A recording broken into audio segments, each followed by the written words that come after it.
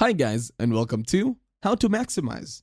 In this video, I will show you how to change the now playing status on Discord.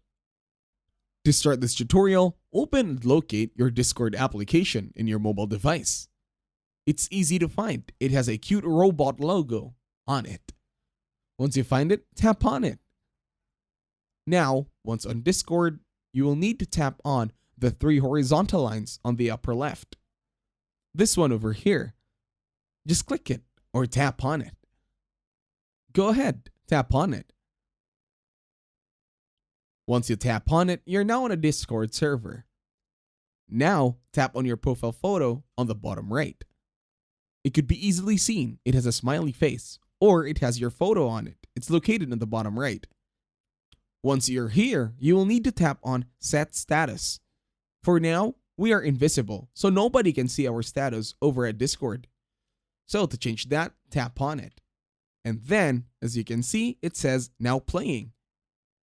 Now, if you tap on it, you can now have a custom status.